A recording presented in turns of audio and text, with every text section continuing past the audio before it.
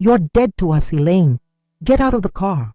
That's the last thing my daughter Brianna said to me before Ryan hit the gas and left me standing in the middle of nowhere. Gravel crunched under my worn-out shoes as the dust from their tires rose like smoke from a funeral pyre. My funeral, it seemed. If you've ever been disrespected by someone you love, this story will speak to your heart. I stood frozen, holding the only bag they'd let me take. A floral print tote filled with tissues, my blood pressure meds, and a crocheted scarf I never finished. The sun was cruel that afternoon, beating down on my scalp like it was angry with me too. Brianna hadn't even looked back. Not once. I kept thinking, this isn't real. This isn't how a daughter treats her mother. But it was. After raising her alone, after missing meals so she could eat, after working night shifts to pay for her braces, her college, her wedding, this was how it ended. Alone, on a deserted road. My legs trembled, not from fear, but from something worse. Disbelief, betrayal, the kind that sits deep in your chest and makes you question your own worth. A single truck passed by. The driver glanced at me, then looked away. I guess no one wants to deal with an old woman crying on the side of the road. They didn't even leave me with a phone. I walked for almost an hour before I found a gas station. My feet were blistered and the heat had soaked through my blouse. I must have looked like a ghost, old, forgotten, out of place. The teenage clerk stared at me like I was trouble. I need to make a call, I said, my voice barely above a whisper. He hesitated but handed over a dusty cordless phone from behind the counter. I didn't call the police. I didn't call a friend. I had no one. I just stood there, the receiver pressed to my ear, pretending to dial, just to feel the comfort of holding something, of not feeling so disposable. That night I slept in the back of a church. The door was unlocked and the pews smelled of old wood and candles. I wrapped myself in the scarf from my tote, the one I never finished knitting for Brianna's birthday. She once told me, "Mom, you're always doing too much. You make people feel guilty just by being around." I used to think she meant it kindly, that maybe I needed to rest more.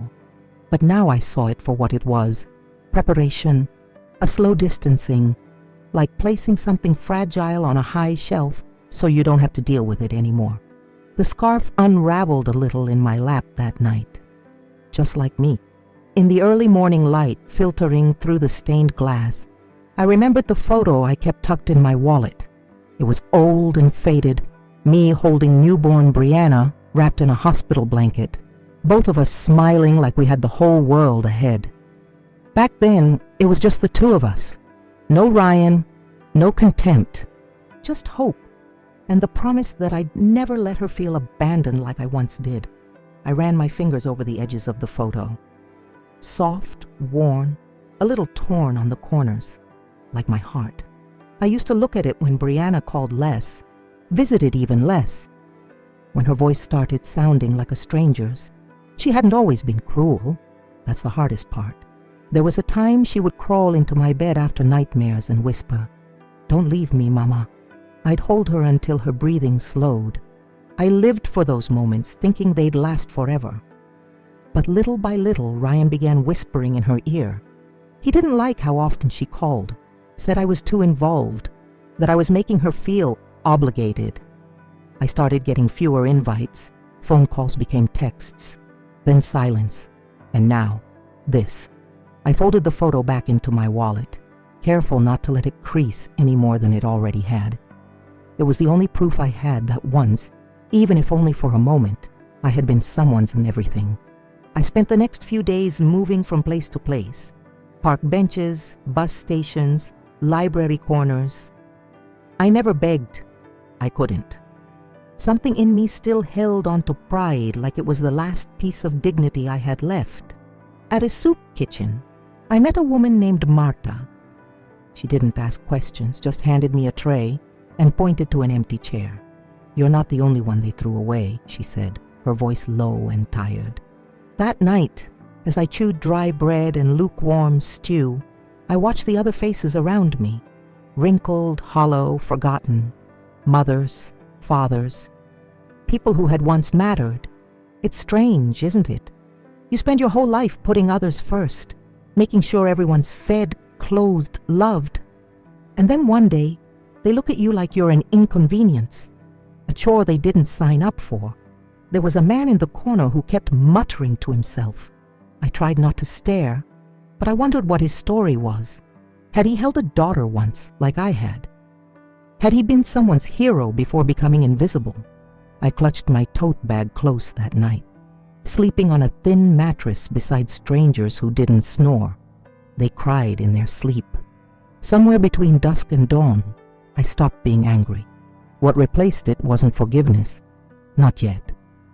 It was something quieter, like a seed taking root, a thought I couldn't shake. They may have left me behind, but I was not done. 2 weeks passed. 2 weeks of being no one. No titles, no home, no voice that anyone cared to hear, until I found the button. It was hidden in the side pocket of my tote, a pearl button from Brianna's wedding dress. I had sewn the gown myself, every bead, every hem, every hidden stitch lined with prayers only a mother could whisper. She wanted lace. Something soft, Mama, like the sleeves of your old Sunday dress. I remember her eyes when she tried it on, turning in front of the mirror like a child pretending to be a queen. I hadn't meant to keep the button. It must have fallen in the pocket that day we made last-minute alterations, just days before she walked down the aisle. Radiant, selfish, loved. I stayed behind the scenes, holding her veil, fixing her lipstick, making sure everything looked perfect. No one thanked me.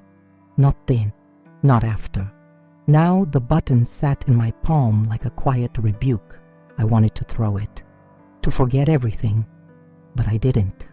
I wrapped it in a tissue and tucked it into the fold of my wallet next to the hospital photo. Because no matter how much they tried to erase me, pieces of me were still stitched into their lives. Tiny, invisible, but there. And somehow, that meant I wasn't truly gone.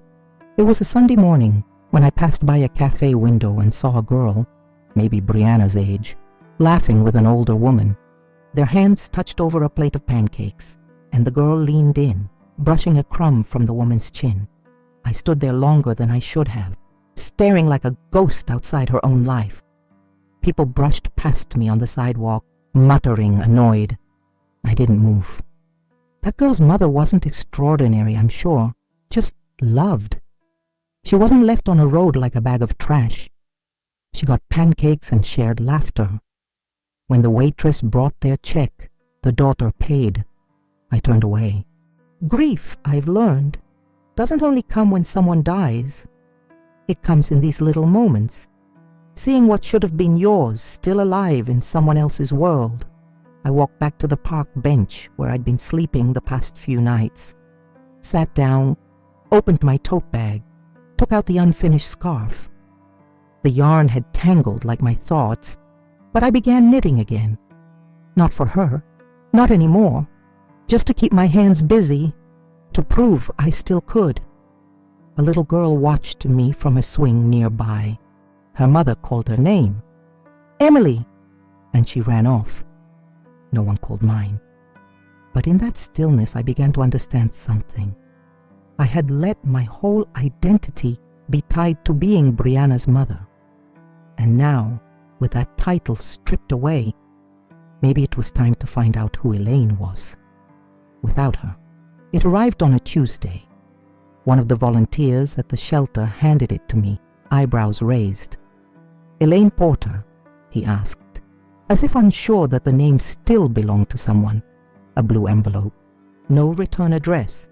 My name in familiar handwriting. Careful, looped, pretending not to tremble. Brianna. I didn't open it right away.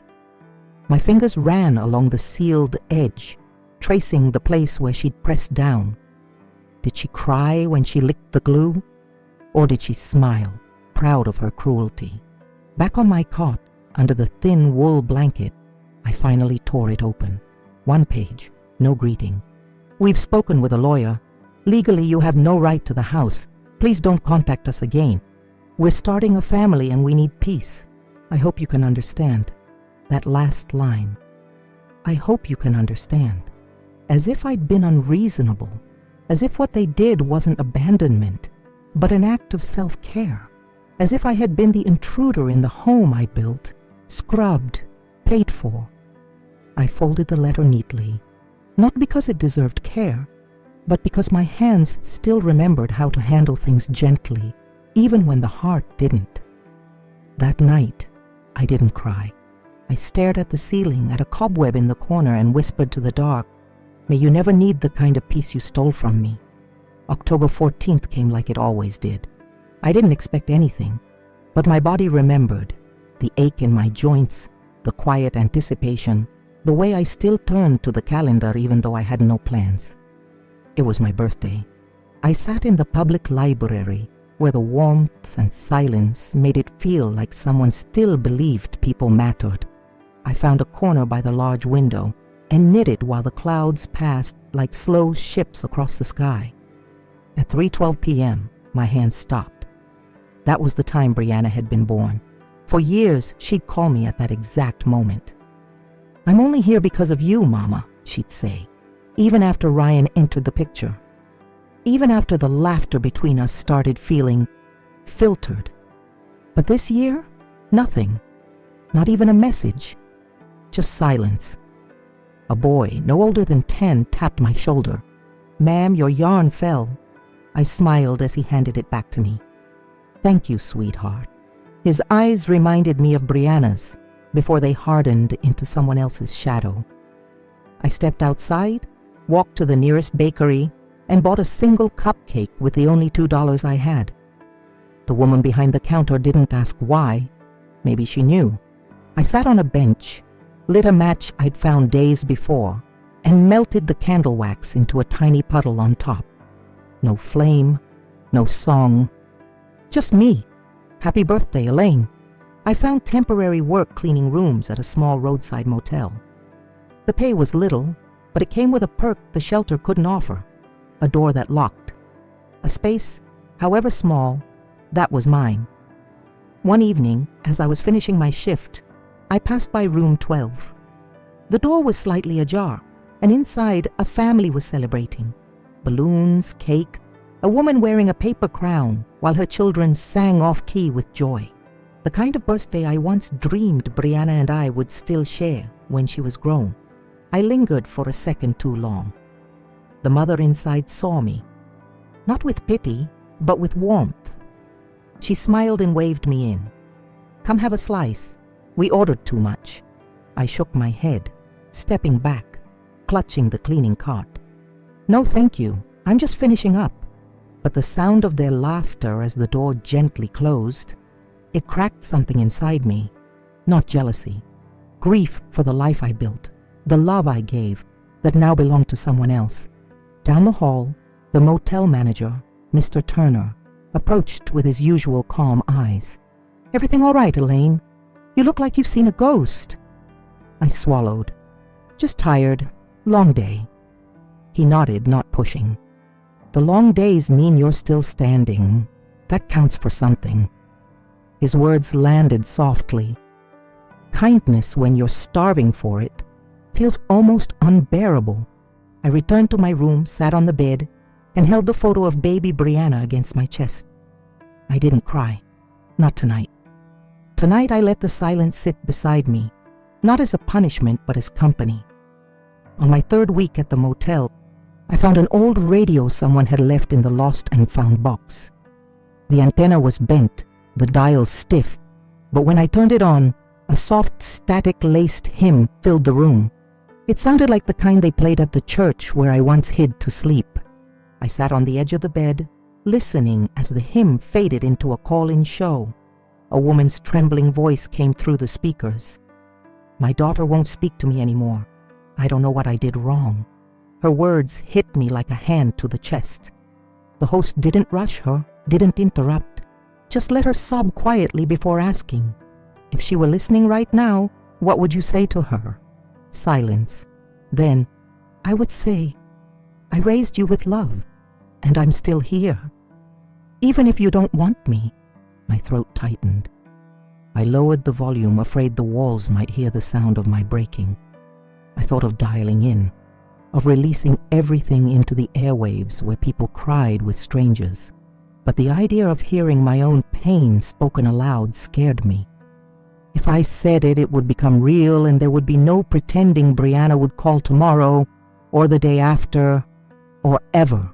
Instead, I whispered to the radio, almost ashamed, "I'm still here too." The radio crackled as if answering with a breath. A small comfort, but comfort nonetheless. That night I slept with the radio on, its dim glow shaping the darkness into something less lonely. On a chilly Thursday morning, I ran into Marta again, the woman from the soup kitchen. She was sitting on the curb near the back of the motel, nursing a thermos of something that smelled like weak coffee. Her coat was too thin, her cheeks wind-bitten, but her voice still carried that dry wisdom like gravel softened by time. "Elaine?" She nodded. "You're walking steadier." I sat beside her. The curb was cold. The silence between us felt lived in. "I found work," I said quietly. "Doesn't fix everything, but it gives your hands something to do," she replied, passing me the thermos. The coffee was bitter but warm. I thanked her. Marta studied me for a moment. "You're waiting for them to come back, aren't you?" My fingers tensed around the thermos. I didn't answer. She exhaled slowly, pulling her coat tighter. "I waited for my son for 8 years. Told myself every winter that the next Christmas he'd show up. You know what that did to me? Made me forget how to live without the waiting." I looked down at my hands, at the calluses returning from work, at the faint coffee stain on my sleeve. "I'm not waiting," I lied. She just nodded like someone who told the same lie before. "If they do come back," she said, rising to her feet, "make sure they see the woman they left, not the shell they hoped would disappear." And with that, Marta walked off, her steps slow but sure. I stayed on the curb a while longer, the steam from the coffee rising like a prayer I didn't know how to say. That night, I emptied my tote bag on the bed, a quiet inventory of the life I'd salvaged.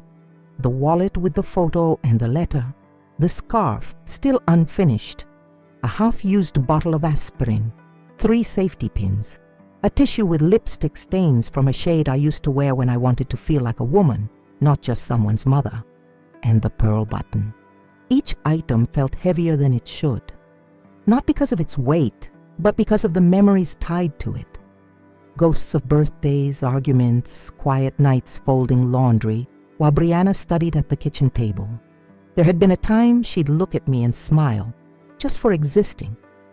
Now, I was a cautionary tale she likely told to justify her coldness. My mom was too much. She couldn't let go. We had to make space for our life. But what she never saw, what none of them ever see, is what I let go of to give her that space. My dreams, my health, my name. It's strange. You raise a child with the hope that they'll carry your love like a lantern, lighting their path, maybe even lighting yours when your hands are too old to hold it. But sometimes they walk so far ahead, they forget who gave them the flame. I folded the items back into the tote slowly, deliberately. Each one a relic, each one a reason to remember I existed before the title of Mom, and I could exist after it too. It was a mistake, a call that wasn't meant for me. One afternoon at the front desk, Mr. Turner asked me to answer the motel phone while he handled a leak in one of the rooms. I picked it up, expecting a guest or a vendor. "Hi, is this Brianna?" The name stopped my breath. "No," I replied, voice tight. "Who's calling?" "Oh, sorry. Must have dialed wrong. This is Marissa from Dr. Hale's office. I was calling to confirm your OB appointment for next Tuesday." Before I could respond, the line went dead. Brianna, pregnant. A wave of nausea passed over me, followed by a sharp, unexpected ache in my chest, deeper than the one I felt on that deserted road. Not because she was having a baby, but because I wasn't supposed to know, and because she didn't want me to. I stood there with the phone still in my hand long after the dial tone had returned. part of me wanted to scream, to march to her door, demand to see her, ask why. Why the daughter I raised had erased me from her future like I'd never mattered. But instead, I placed the phone back on the receiver, carefully, quietly. That night, I walked to the corner store and bought a small blue ribbon with my spare change. I didn't know if the baby was a boy or a girl. Didn't matter.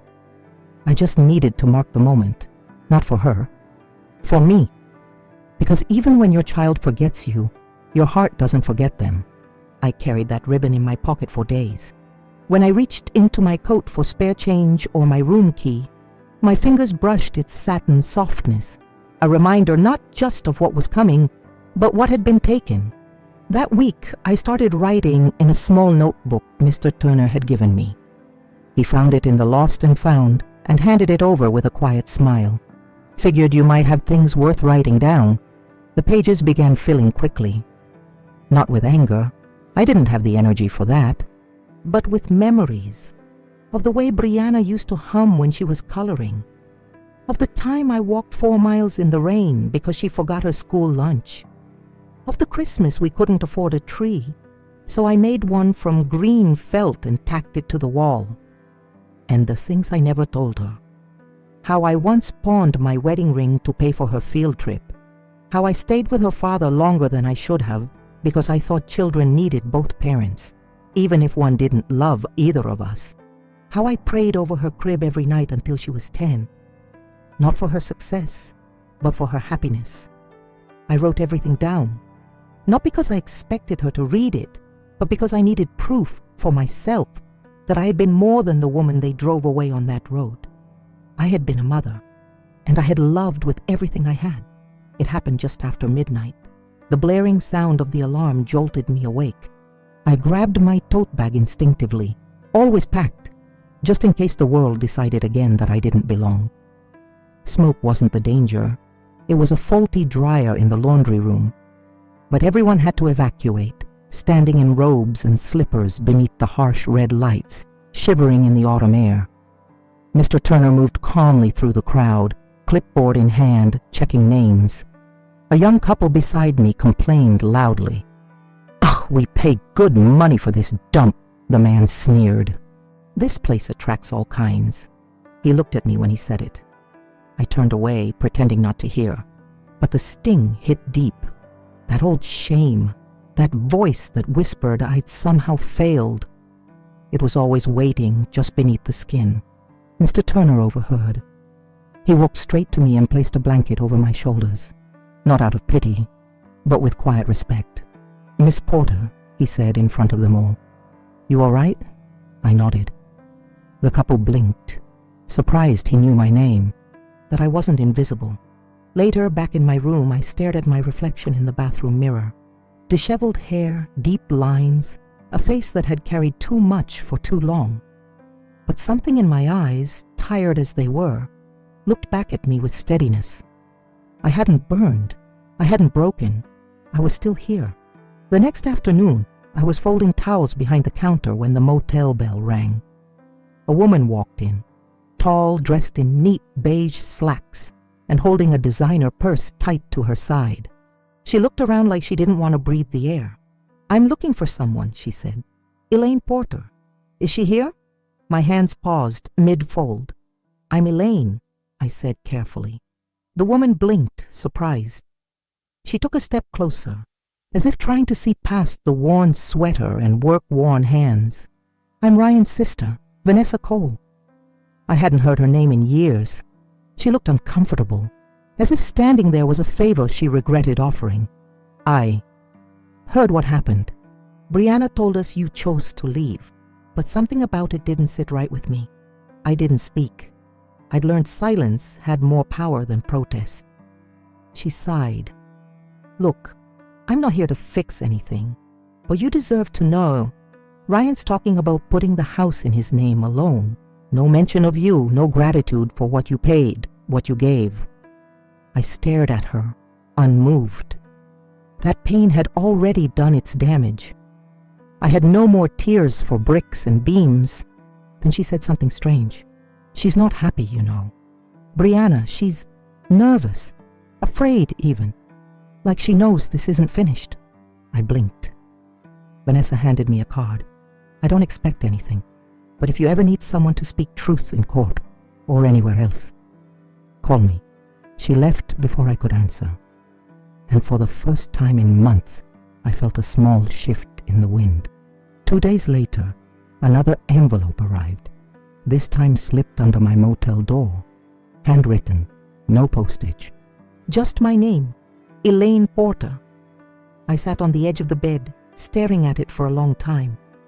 My first instinct was to burn it, to spare myself whatever cruelty Brianna had folded inside. But something, maybe the hope that still clung like a bruise, made me open it. Inside were 3 things: a baby shower invitation, a check for $500, and a note in Ryan's handwriting. This is for your silence. Do not come. Let us move on. That was it. Not a greeting, not an apology, not even her name. The check felt like insult dipped in poison, as if the price of erasing me had finally been calculated. I stared at it, trembling. For a moment, I almost laughed. Not because it was funny, but because the absurdity of it all. The daughter I raised, thinking I could be bought for a sum that wouldn't even cover her childhood braces, was almost too much to bear. I tore the check in half. Then again. Then into pieces so small they clung to my palms like confetti from a funeral. I placed the baby shower invite on the nightstand.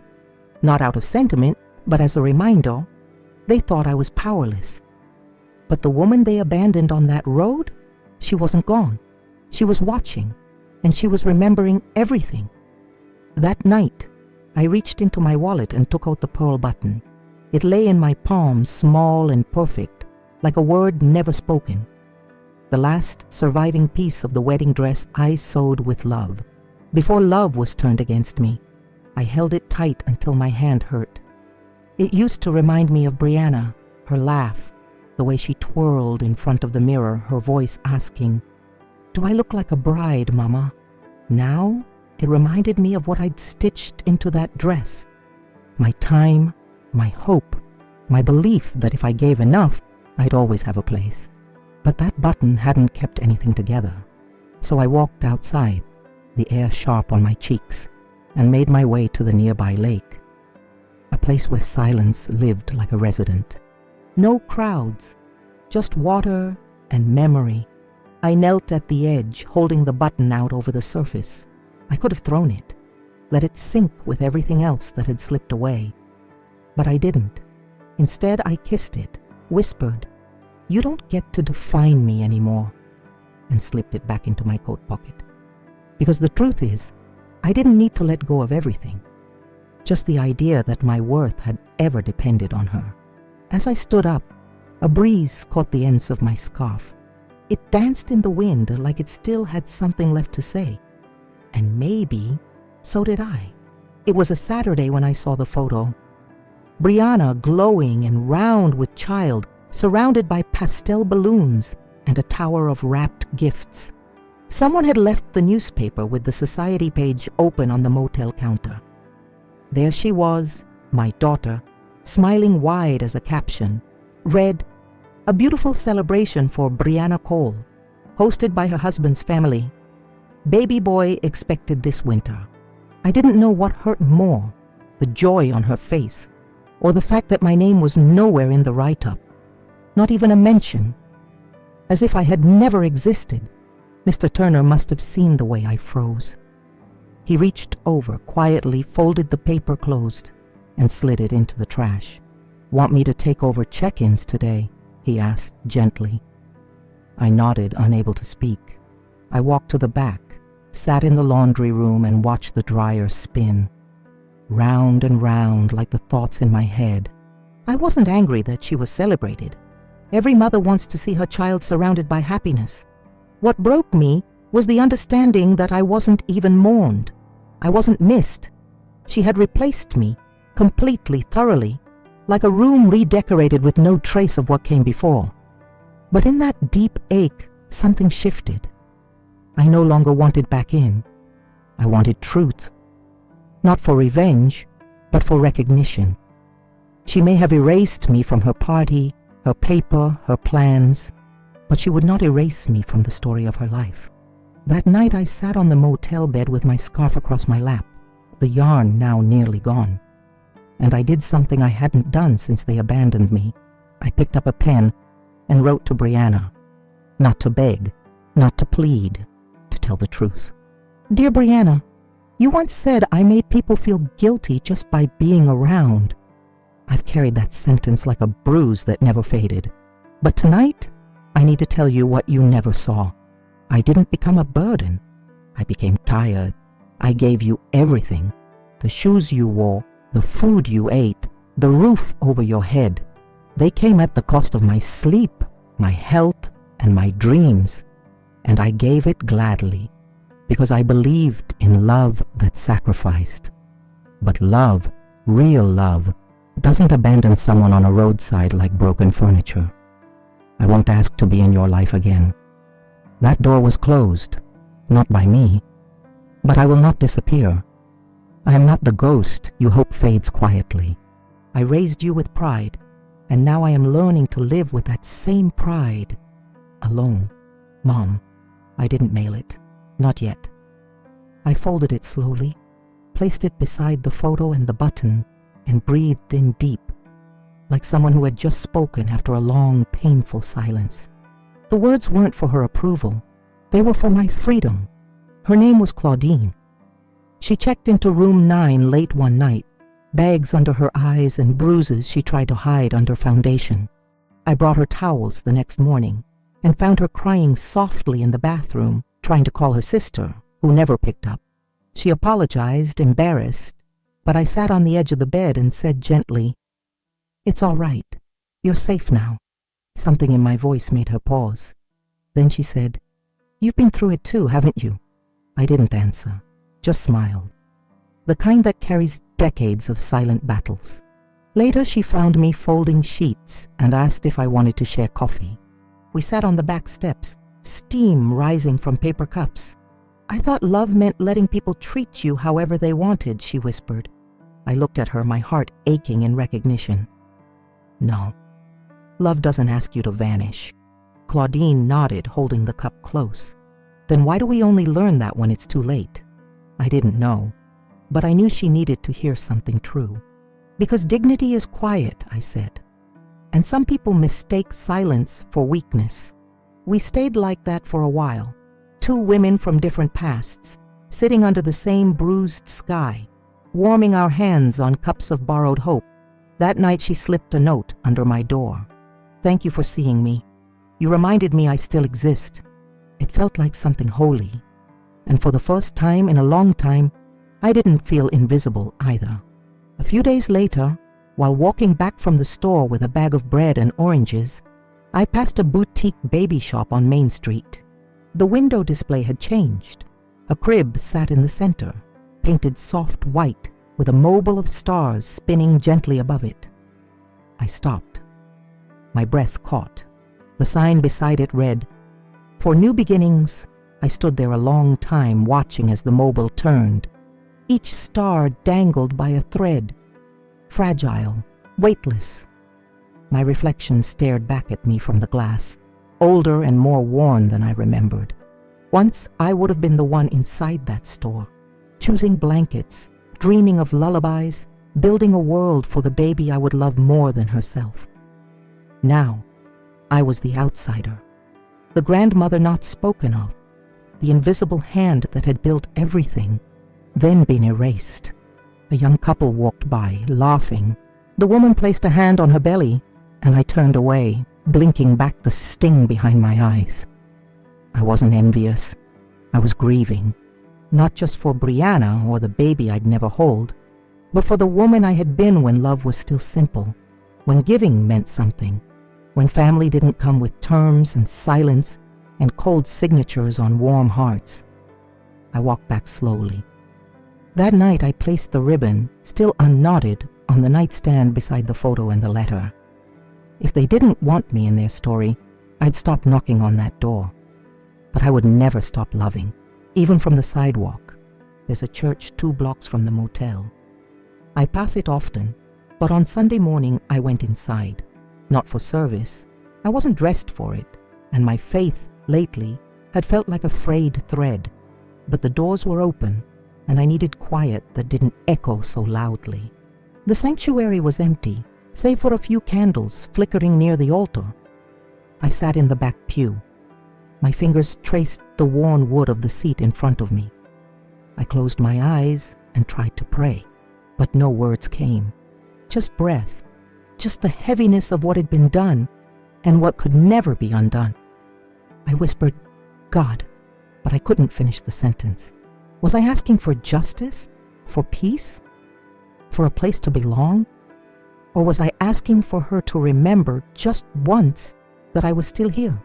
I opened my eyes and saw a small child kneeling near the candles, her tiny hands folded in earnest prayer. Her mother stood behind her, one hand resting gently on the girl's head. It undid me. Tears came, hot and quiet, slipping down without permission. I turned my face away, ashamed to grieve in a room meant for grace. But then the little girl looked back at me and smiled, shy, but real. And for a moment I felt seen, not by Brianna, not by Ryan, but by the universe itself. Maybe that was prayer enough, not words. Just a moment of light breaking through the dark. It happened at check-in. A young man, maybe early 30s, approached the counter with a reservation number. I typed it in, barely looking, until I saw the name on the booking. Brianna Cole. My fingers froze over the keyboard. She won't be checking in, the man said, noticing my reaction. She booked it for me. I'm her doula's cousin, helping her set up the nursery. They're remodeling the house. I blinked slowly, processing. She's staying nearby? Yeah, just up the road, he said casually. Baby's due soon. I nodded, keeping my face still. But my heart was a drum inside my chest. After he walked off with the key, I stood there, trembling. She was here, close, breathing the same air, sleeping in a house I once cleaned with vinegar and love, eating in a kitchen where I taught her how to hold a knife and not fear it. And yet I wasn't allowed to knock. I thought about walking to that house, knocking on her door, not to beg, but to look her in the eye, to see if there was any flicker of memory, any trace of the girl who used to beg me never to leave her side. But I didn't, because showing up at someone's door only matters if they might open it, and I already knew she wouldn't. Instead, I sat down in the back office, took out my notebook and wrote, "Forgiveness is not the same as forgetting, and dignity is not the same as silence." Then I underlined it, twice. It was early morning when the call came to the motel. A woman's voice, strained, urgent. "Hi, we need to extend our stay. The baby came early. We'll need another 2 nights." I recognized the voice. It was Brianna. I stood beside Mr. Turner as he took the message, my breath shallow. She hadn't seen me. She didn't know I was listening. But the sound of her voice, after all these months, cracked something deep. There was no joy in her tone, just exhaustion, worry. Later that day, the young man who checked in on her behalf stopped by the office. "Baby's in the NICU," he said softly. "They're saying he's stable, but it's touch and go." He didn't know who I was. He spoke casually without knowing his words were hitting a mother like glass, shattering inside her. A grandson, my grandson, born into a world where I didn't exist, where my name wasn't spoken, where my love wasn't welcome. I walked to the laundry room and closed the door. I held the blue ribbon in my hand, pressing it to my lips. I didn't cry, not yet, but my soul did. I wanted to pray. I wanted to curse. Instead, I whispered one word, live. Not because she deserved to be spared pain, but because the child hadn't done anything wrong.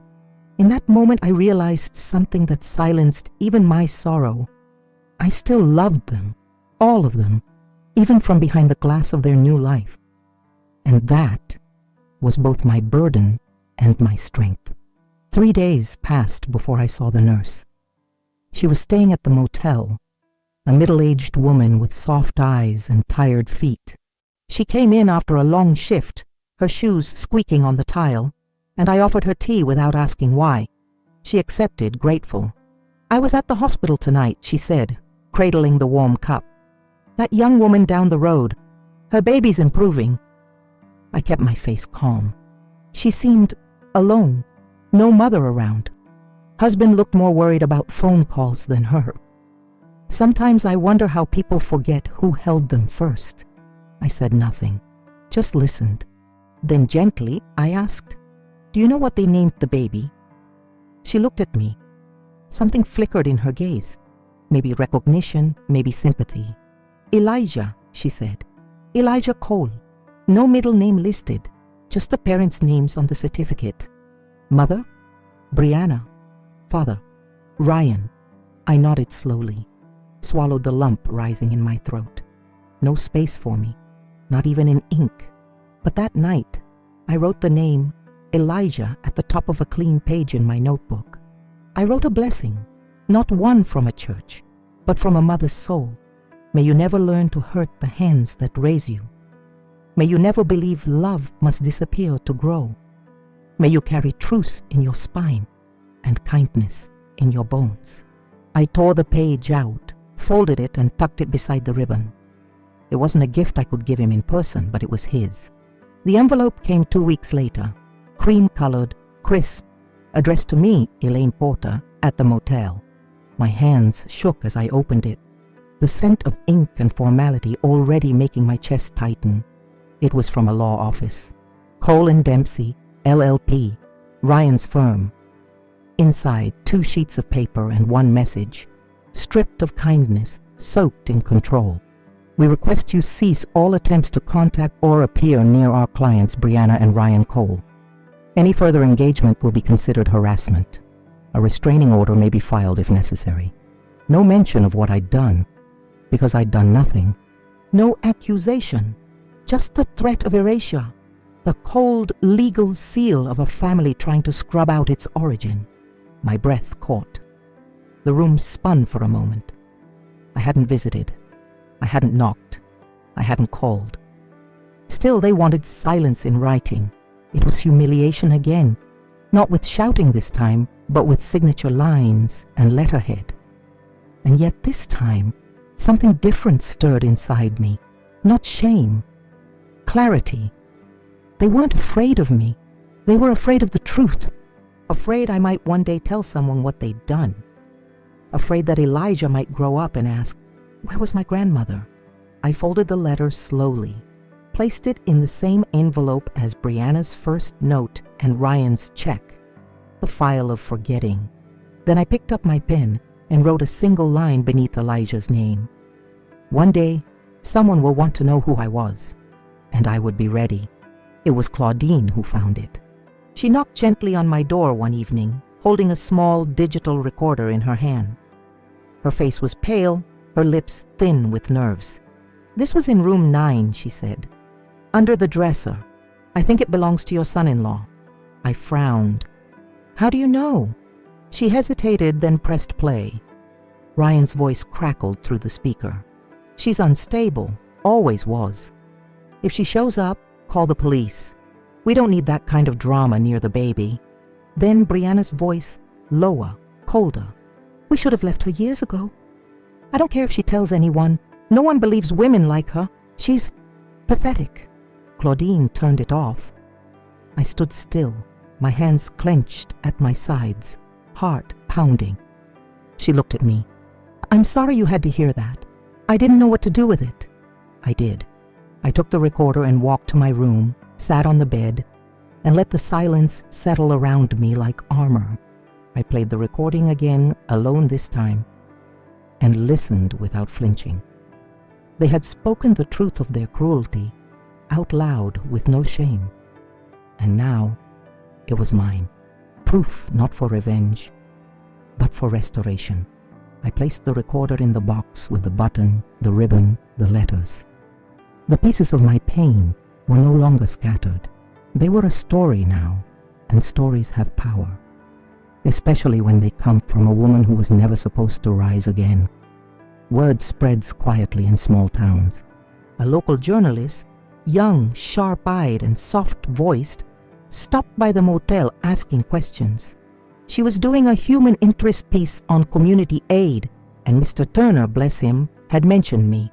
She used to be someone, he said. Still is, if you ask me. She introduced herself as Lila. We sat outside on a bench, the autumn wind curling around our ankles. She asked about the shelter, the motel, how I'd come to be here. I told her parts of it, enough to draw a silhouette of the pain without offering every scar. Then she asked, "Do you mind if I use your name?" I hesitated, because names hold weight, and mine had been discarded by the ones who should have guarded it, but I nodded. "Yes, use it." "And is there anything you want people to know?" she asked gently. I looked down at my hands, then out at the trees, their leaves falling like soft truths. "Yes," I said. "I want people to know that mothers don't stop being mothers just because someone stops calling them that." Lila wrote it down, eyes shining. Before she left, she said, "If you ever want to tell the full story, I'll listen." I didn't say yes. I didn't say no. But after she walked away, I sat for a long time with the sun on my face and the wind in my hair. And for the first time in a long time, I didn't feel like a secret waiting to be erased. I felt real. That evening, I looked in the mirror for a long time, not to fix anything. I wasn't going anywhere. I just needed to see her. The woman I'd stopped recognizing, Elaine Porter. I said the name out loud, like an incantation, like someone trying to summon a memory that belonged to her. My reflection stared back, older than I remembered, but steadier too. The lines on my face no longer looked like defeat. They looked like maps of where I'd been, what I'd survived. I pulled out the scarf. Finally, the last rows were finished. I wrapped it around my shoulders. A simple crooked thing, but mine. It had been made not in joy, but in pain. Each stitch a prayer, a breath, a silent act of endurance, a way of saying, I'm still here. Then, without thinking too much, I took a photo. Just me, in the scarf. No filters, no smiles. I printed it at the drugstore the next day and placed it carefully in the same wallet that held Brianna's newborn photo. 2 lives, 2 truths, side by side now. I may have been left behind, but I was no longer lost. And in that quiet motel room, lit only by a lamp with a flickering bulb, I whispered to the woman in the mirror, "You are not what they did to you. You are what you chose to become." She didn't smile. She nodded, and I did too. Weeks passed. Then one morning a letter arrived. Not from Brianna, not from Ryan, but from an old friend of mine, Martha Bennett. We hadn't spoken in years. She lived 2 towns over and had worked as a legal secretary long ago. Her handwriting was shaky but determined. "Elaine, I came across a file with your name on it. It's about your old house, the one Brianna and Ryan live in. You need to see it. You're still on the deed." I stared at the words, the paper trembling in my hands. Still on the deed. All this time, they told me I had nothing, that I was a guest, a relic, a burden to be moved out, forgotten. But this letter said otherwise. I met Martha 2 days later at a coffee shop near the courthouse. She looked thinner, her hair whiter, but her spirit still sparkled. She pulled out a folder and slid it across the table. There was a will, your husband's. He left the house to you, not to Brianna, not to the family, to you. I opened the folder. His signature, a date, my name in black ink, written by a man who didn't love me well, but who, in the end, had given me this small dignity. I laughed, quietly.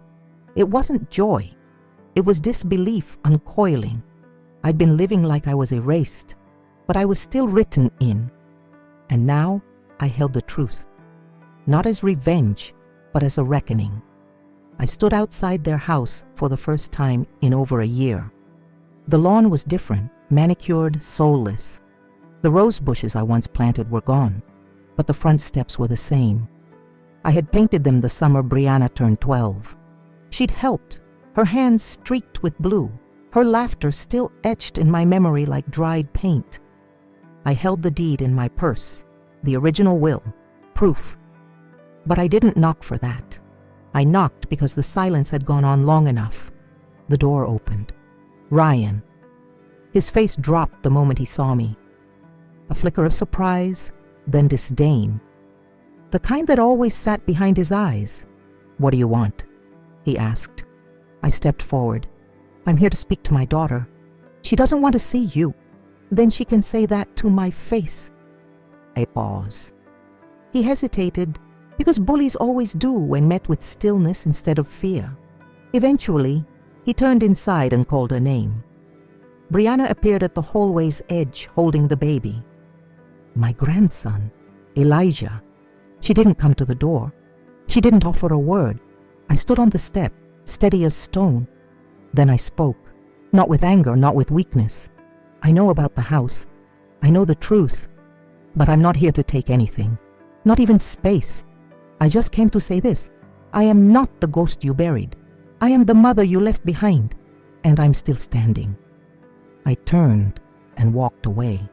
She didn't stop me, but she didn't close the door either. I walked back to the motel through streets that once felt like exile. Now they felt like passage. Not a return to the past, but a movement through it. Behind me, I didn't hear the door slam. I didn't need to look. That silence was enough. She hadn't closed it. That, in itself, was something. Mr. Turner was on the front porch when I returned.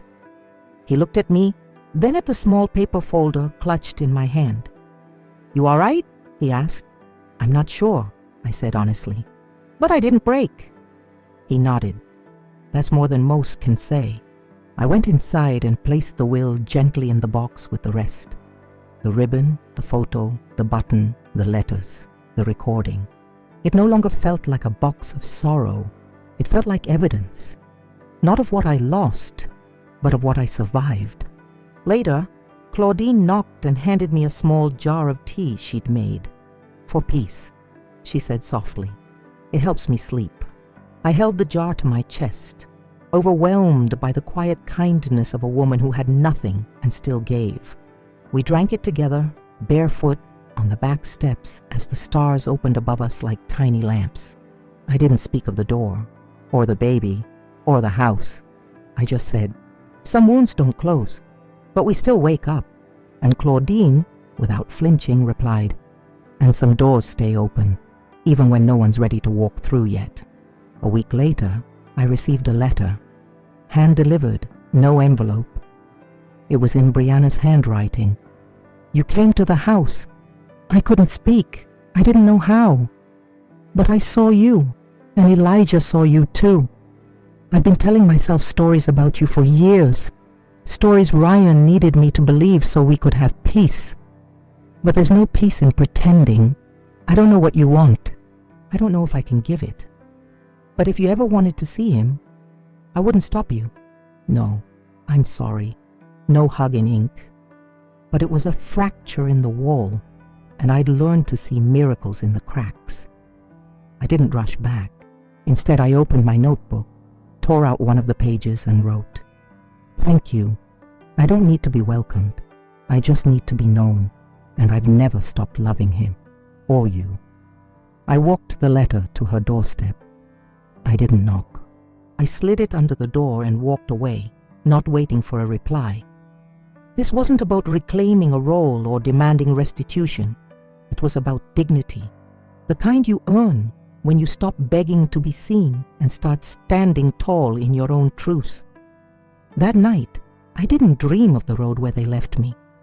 I dreamed of a window slowly opening, and inside, a child laughing. She called me, not with warmth, not with ceremony. Just a quiet, uncertain voice on the line. "He won't sleep unless someone's holding him."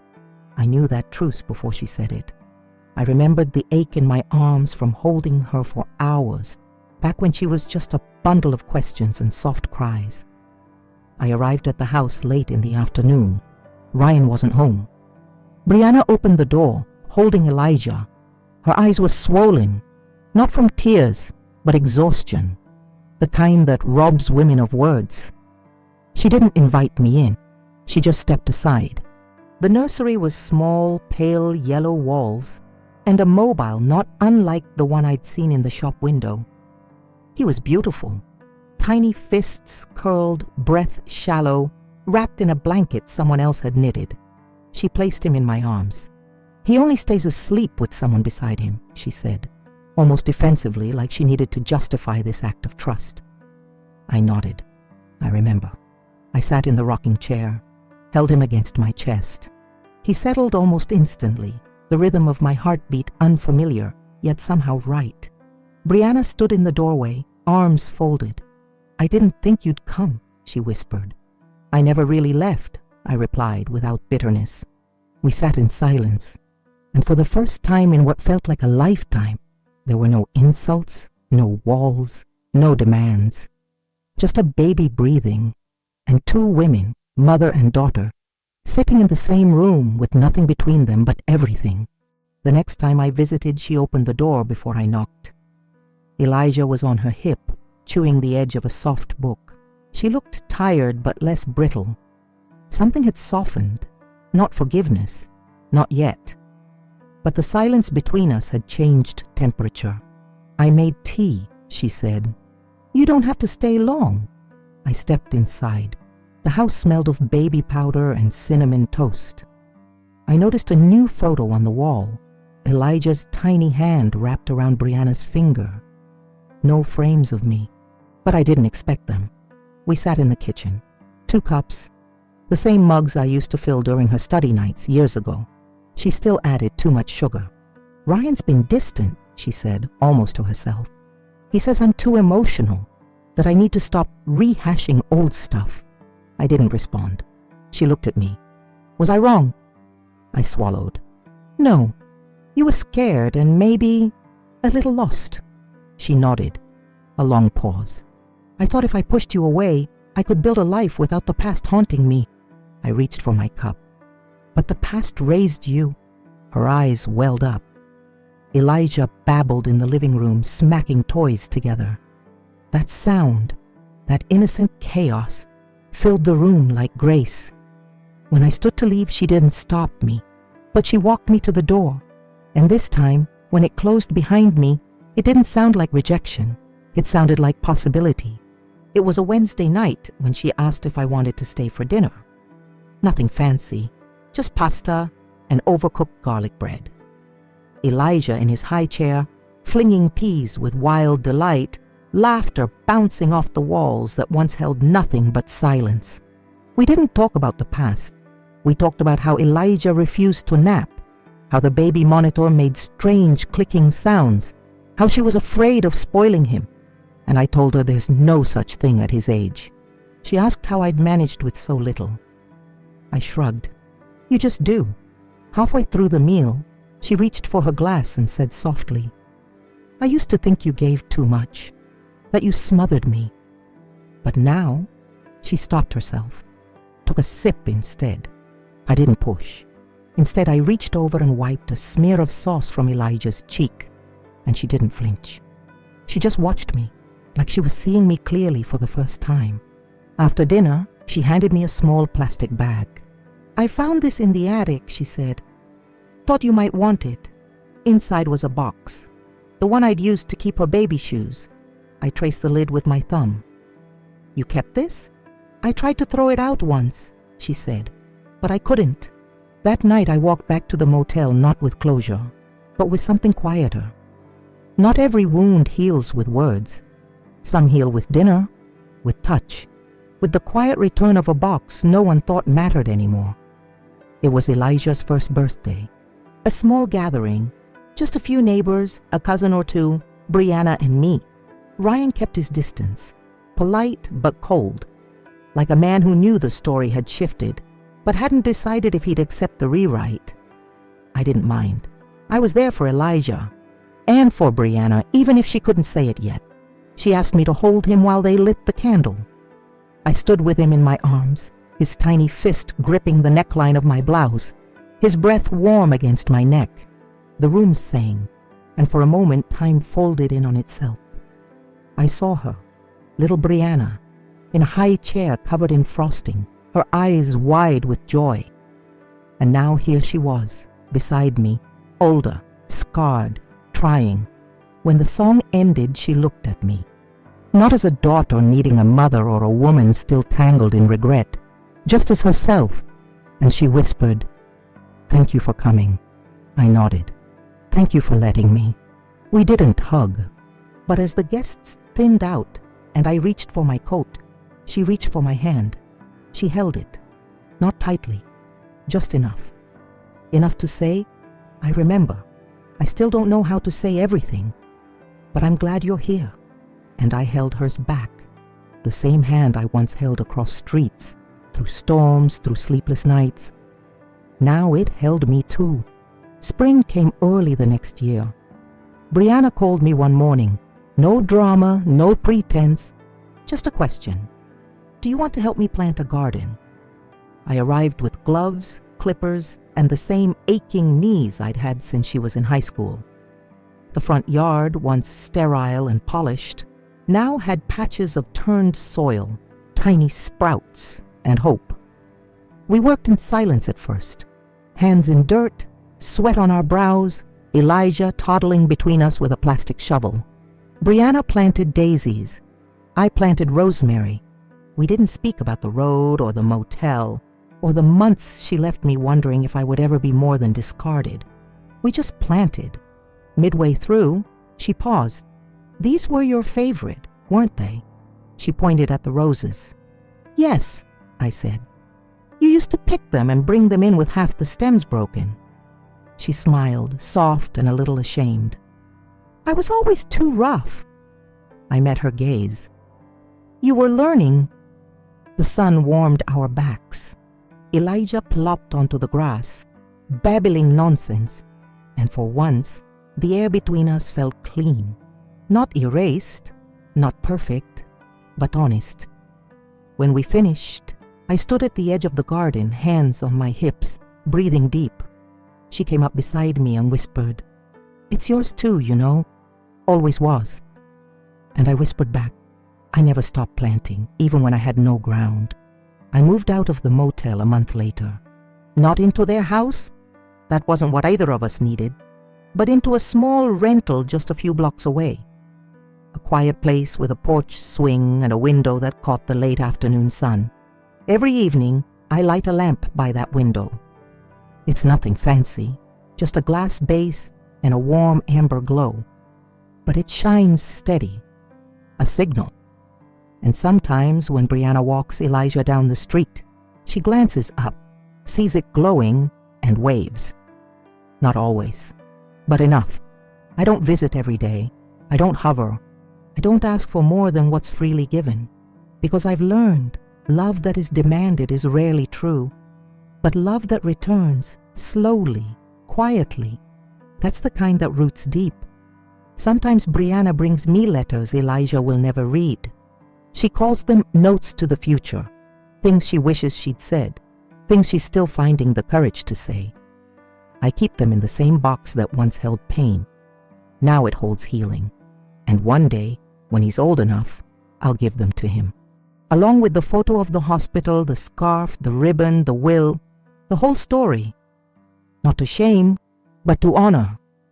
Because this isn't just my story. It's the story of a door that was slammed, a road that led to nowhere, and the light that stayed on anyway.